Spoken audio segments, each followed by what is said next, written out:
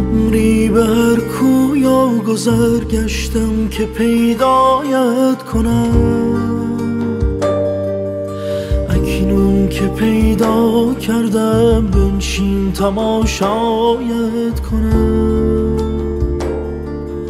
بنشین که با من هر نظر، با چشم دل با چشم سر،